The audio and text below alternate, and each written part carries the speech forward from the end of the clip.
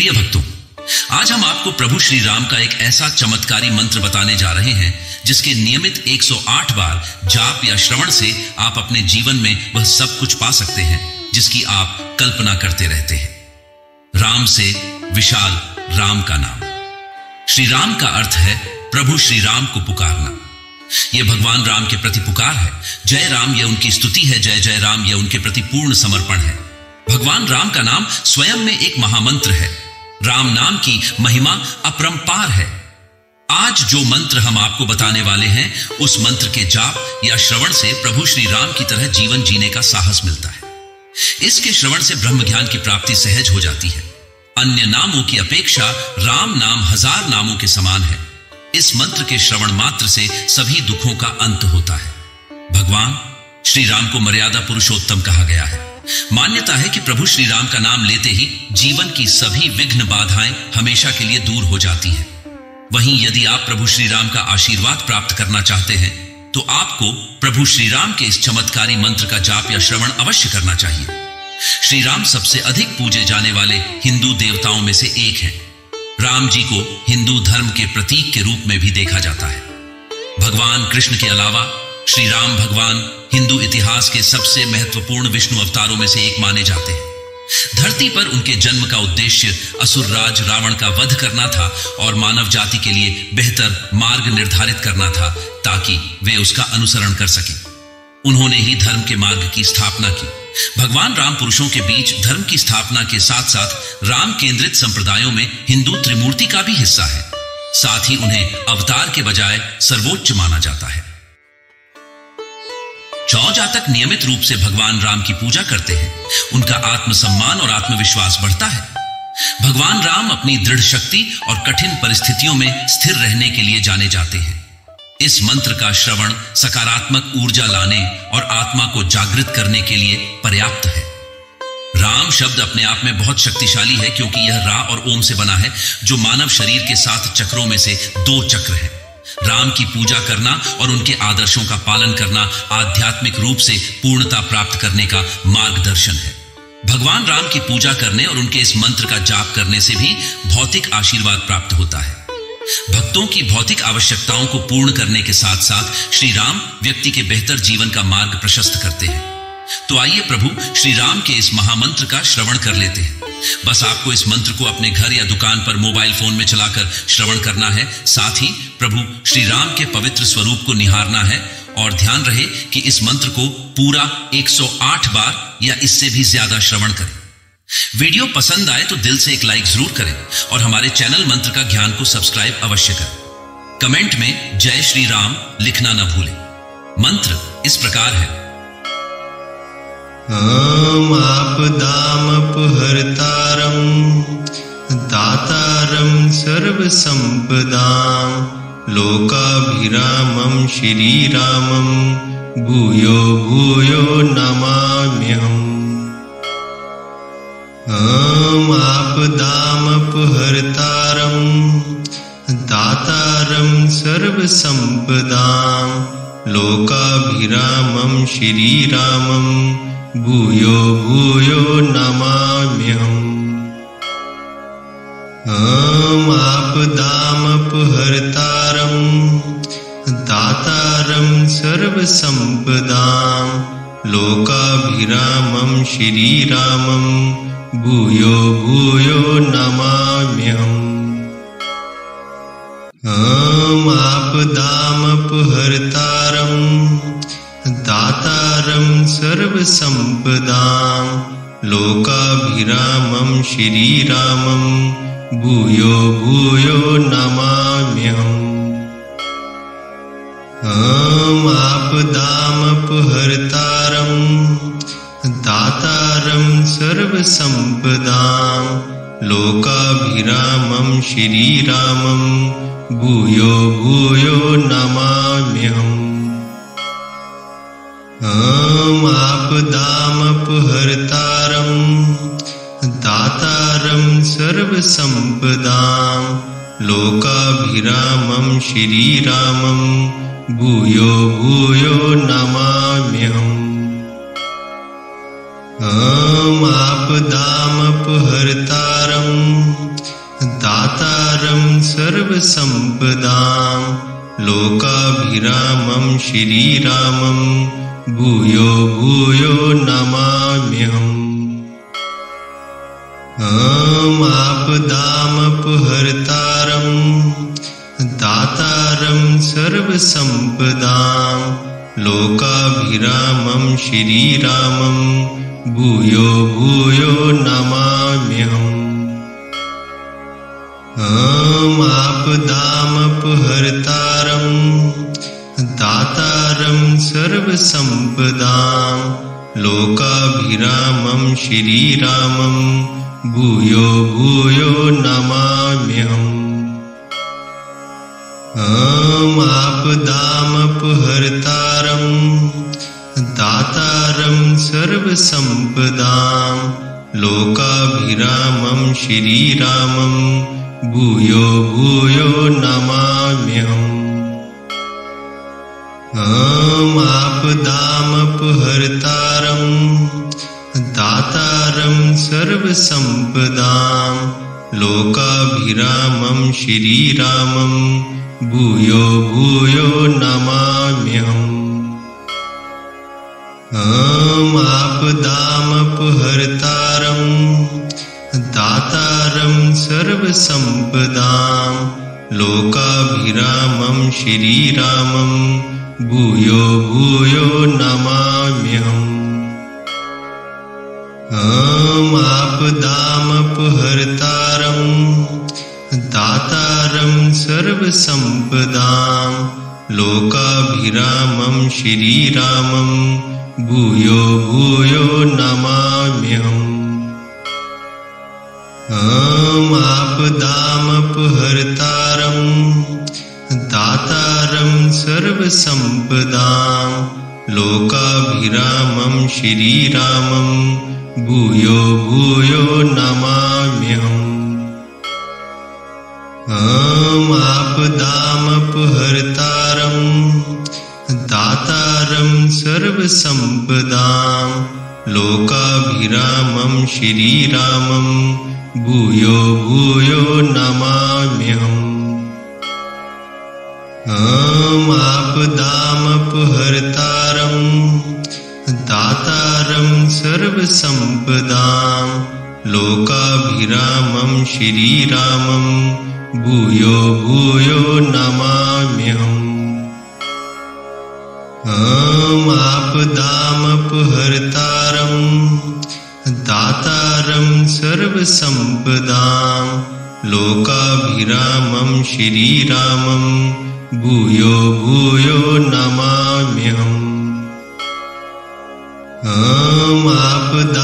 आपदामपहर्तारं दातारं सर्वसम्पदां लोकाभिरामं श्रीरामं भूयो भूयो नमाम्यहम्।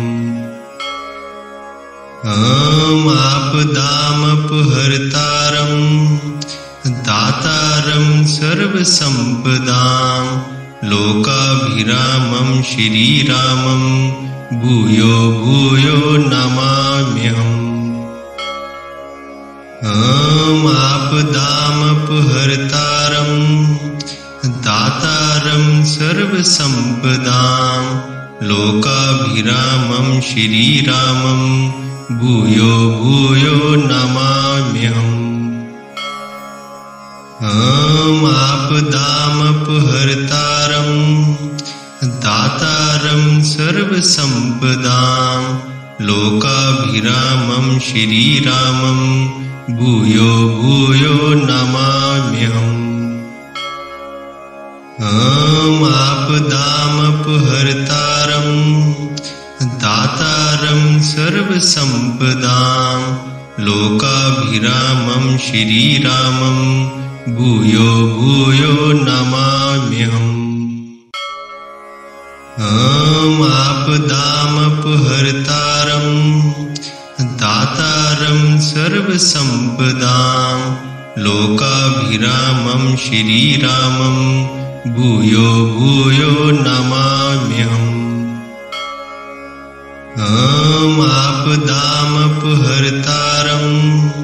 दातारं सर्वसम्पदां लोकाभिरामं श्रीरामं भूयो भूयो नमाम्यहम्। आपदामपहर्तारं दातारं सर्वसम्पदां लोकाभिरामं श्रीरामं भूयो भूयो नमाम्यहम्। आपदामपहर्तारं दातारं सर्वसम्पदां लोकाभिरामं श्रीरामं भूयो भूयो नमाम्यहम्।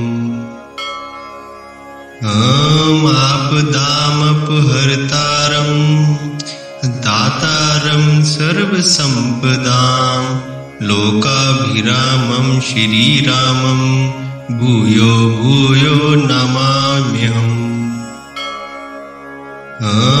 आपदामपहर्तारं दातारं सर्वसम्पदां लोकाभिरामं श्रीरामं भूयो भूयो नमाम्यहम्।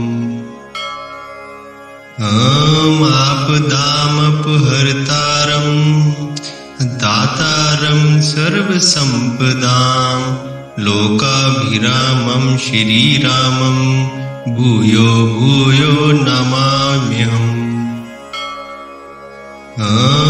आपदामपहर्तारं दातारं सर्वसम्पदां लोकाभिरामं श्रीरामं भूयो भूयो नमाम्यहम्।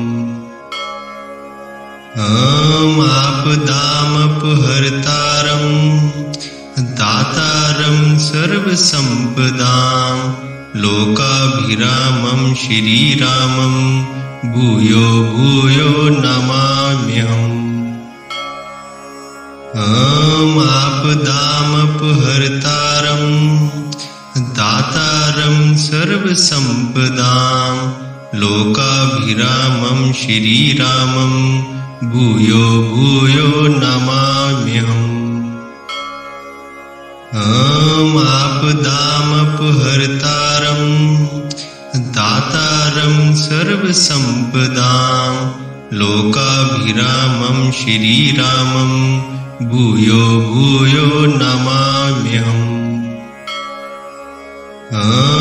आपदामपहर्तारं दातारं सर्वसम्पदां लोकाभिरामं श्रीरामं भूयो भूयो नमाम्यहम्।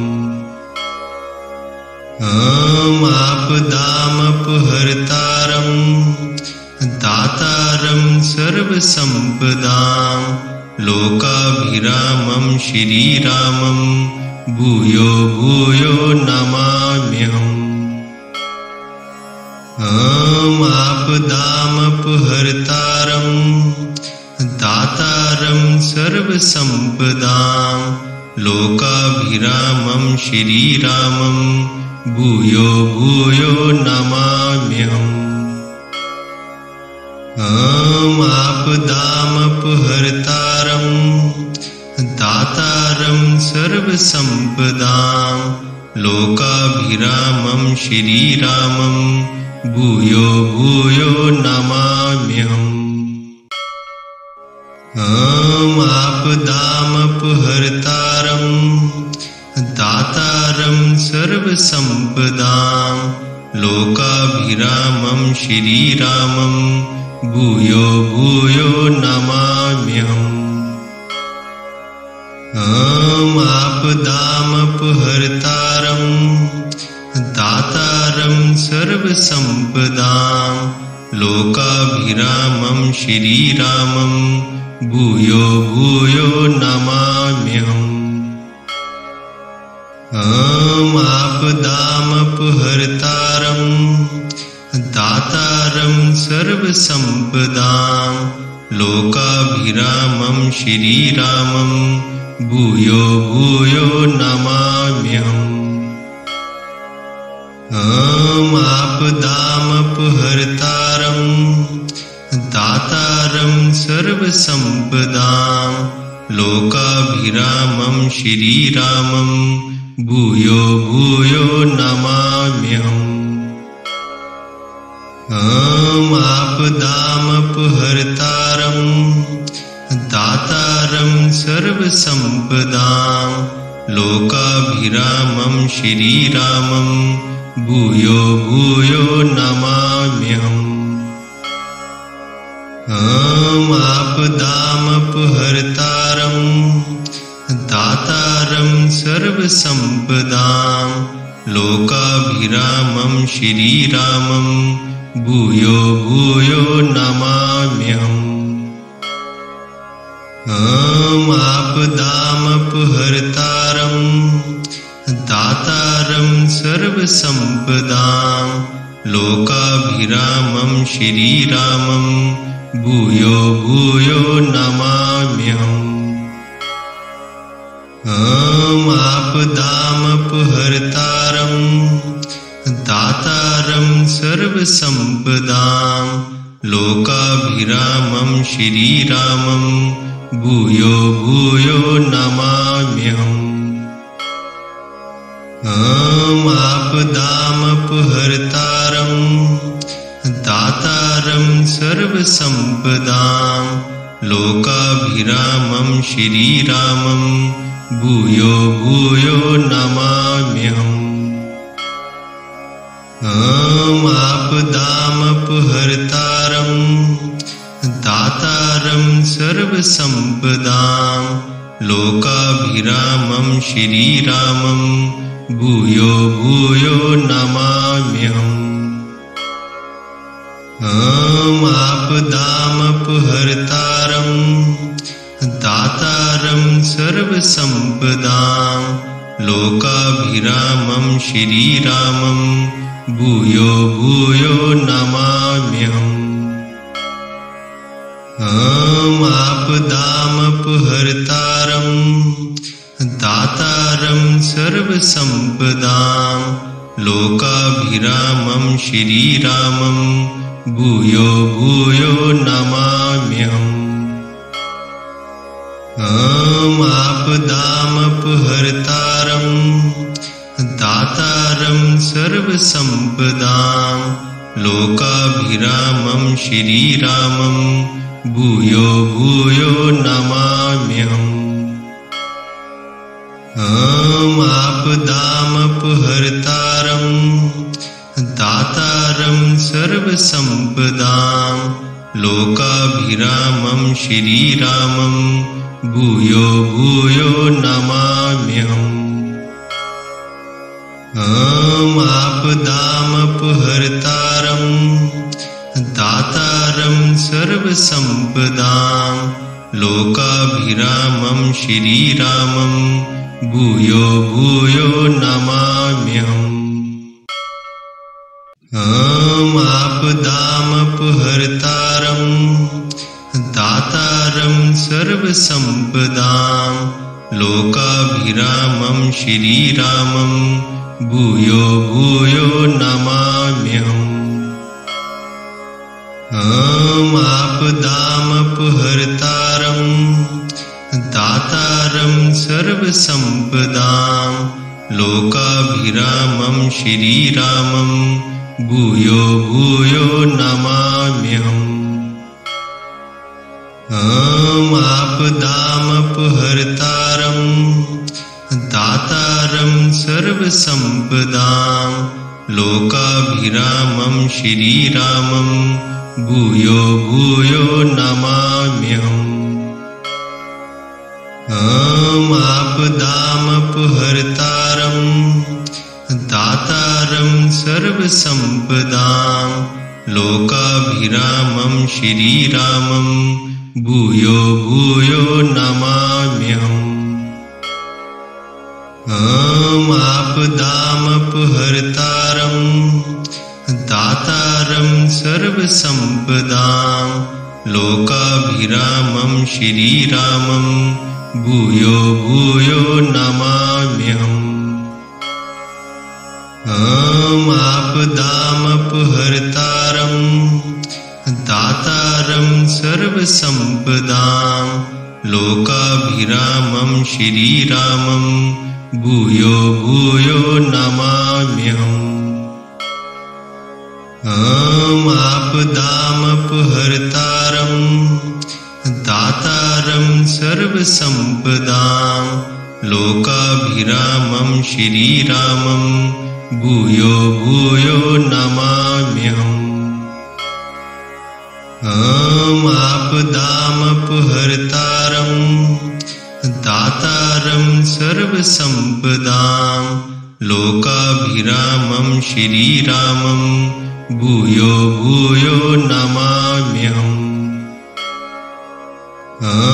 आपदामपहर्तारं दातारं सर्वसम्पदां लोकाभिरामं श्रीरामं भूयो भूयो नमाम्यहम्।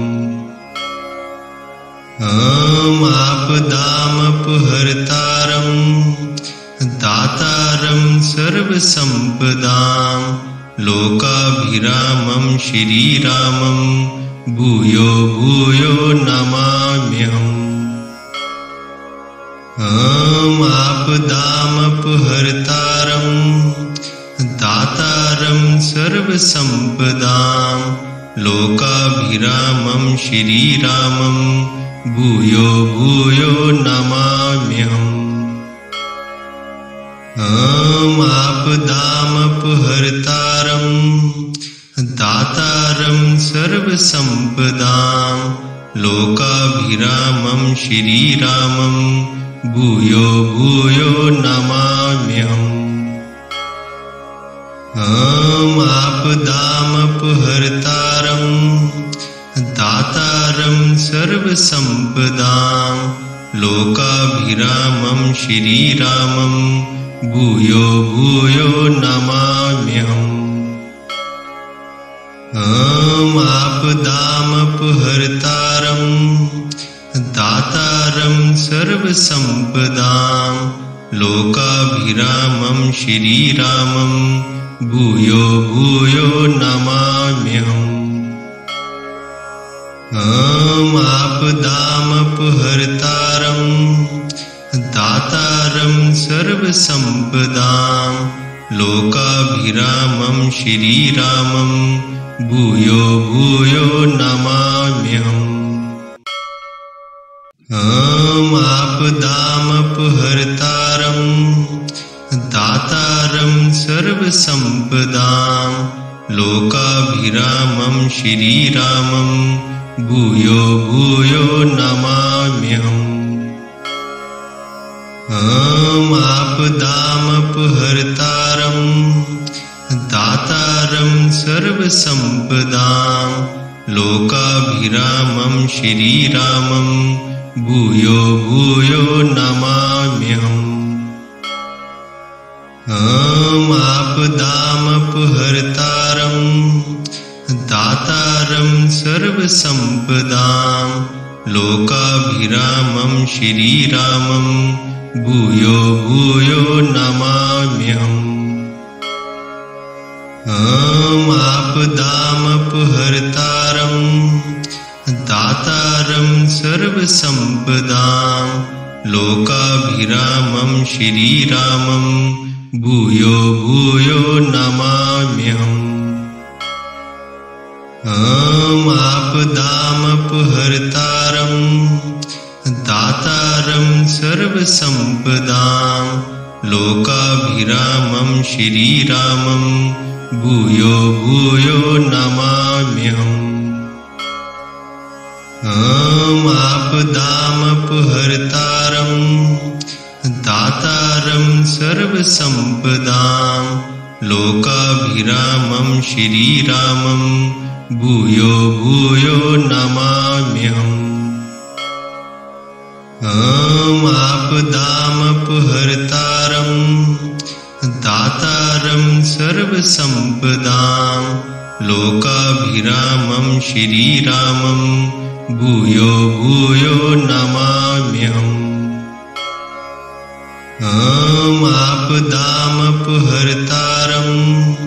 दातारं सर्वसम्पदां लोकाभिरामं श्रीरामं भूयो भूयो नमाम्यहम्। आपदामपहर्तारं दातारं सर्वसम्पदां लोकाभिरामं श्रीरामं भूयो भूयो नमाम्यहम्। आपदामपहर्तारं दातारं सर्वसम्पदां लोकाभिरामं श्रीरामं भूयो भूयो नमाम्यहम्। आपदामपहर्तारं दातारं सर्वसम्पदां लोकाभिरामं श्रीरामं भूयो भूयो नमाम्यहम्। आपदामपहर्तारं दातारं सर्वसम्पदां लोकाभिरामं श्रीरामं भूयो भूयो नमाम्यहम्। आपदामपहर्तारं दातारं सर्वसम्पदां लोकाभिरामं श्रीरामं भूयो भूयो नमाम्यहम्। आपदामपहर्तारं दातारं सर्वसम्पदां लोकाभिरामं श्रीरामं भूयो भूयो नमाम्यहम्। आपदामपहर्तारं दातारं सर्वसम्पदां लोकाभिरामं श्रीरामं भूयो भूयो नमाम्यहम्। आपदामपहर्तारं दातारं सर्वसम्पदां लोकाभिरामं श्रीरामं भूयो भूयो नमाम्यहम्। आपदामपहर्तारं दातारं सर्वसम्पदां लोकाभिरामं श्रीरामं भूयो भूयो नमाम्यहम्। आपदामपहर्तारं दातारं सर्वसम्पदां लोकाभिरामं श्रीरामं भूयो भूयो नमाम्यहम्। आपदामपहर्तारं दातारं सर्वसम्पदां लोकाभिरामं श्रीरामं भूयो भूयो नमाम्यहम्। आपदामपहर्तारं दातारं सर्वसम्पदां लोकाभिरामं श्रीरामं भूयो भूयो नमाम्यहम्। आपदामपहर्तारं दातारं सर्वसम्पदां लोकाभिरामं श्रीरामं भूयो भूयो नमाम्यहम्।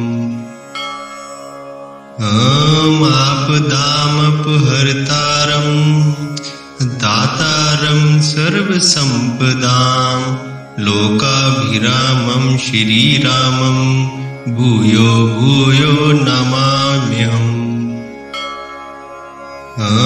आपदामपहर्तारं दातारं सर्वसम्पदां लोकाभिरामं श्रीरामं भूयो भूयो नमाम्यहम्।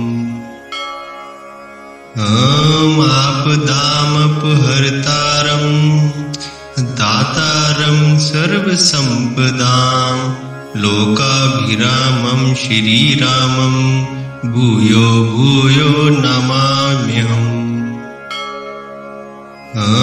आपदामपहर्तारं दातारं सर्वसम्पदां लोकाभिरामं श्रीरामं भूयो भूयो नमाम्यहम्। आपदामपहर्तारं दातारं सर्वसम्पदां लोकाभिरामं श्रीरामं भूयो भूयो नमाम्यहम्। आपदामपहर्तारं दातारं सर्वसम्पदां लोकाभिरामं श्रीरामं भूयो भूयो नमाम्यहम्। आपदामपहर्तारं दातारं सर्वसम्पदां लोकाभिरामं श्रीरामं भूयो भूयो नमाम्यहम्।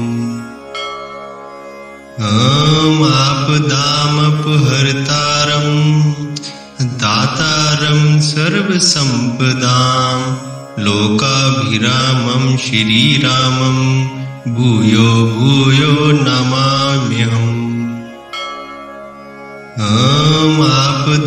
आपदामपहर्तारं दातारं सर्वसम्पदां लोकाभिरामं श्रीरामं भूयो भूयो नमाम्यहम्। आपदामपहर्तारं दातारं सर्वसम्पदां लोकाभिरामं श्रीरामं भूयो भूयो नमाम्यहम्।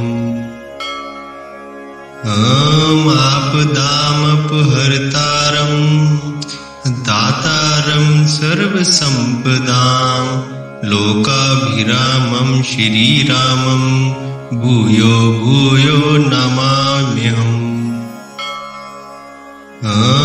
आपदामपहर्तारं दातारं सर्वसम्पदां लोकाभिरामं श्रीरामं भूयो भूयो नमाम्यहम्।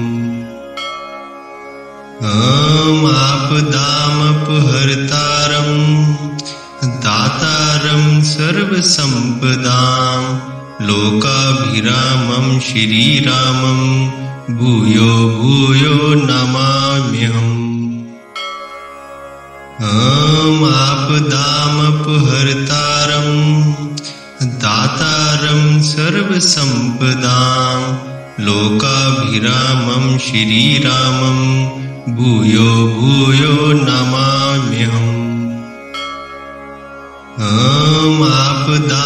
आपदामपहर्तारं दातारं सर्वसम्पदां लोकाभिरामं श्रीरामं भूयो भूयो नमाम्यहम्। आपदामपहर्तारं दातारं सर्वसम्पदां लोकाभिरामं श्रीरामं भूयो भूयो नमाम्यहम्। आपदामपहर्तारं दातारं सर्वसम्पदां लोकाभिरामं श्रीरामं भूयो भूयो नमाम्यहम्। आपदामपहर्तारं दातारं सर्वसम्पदां लोकाभिरामं श्रीरामं भूयो भूयो नमाम्यहम्।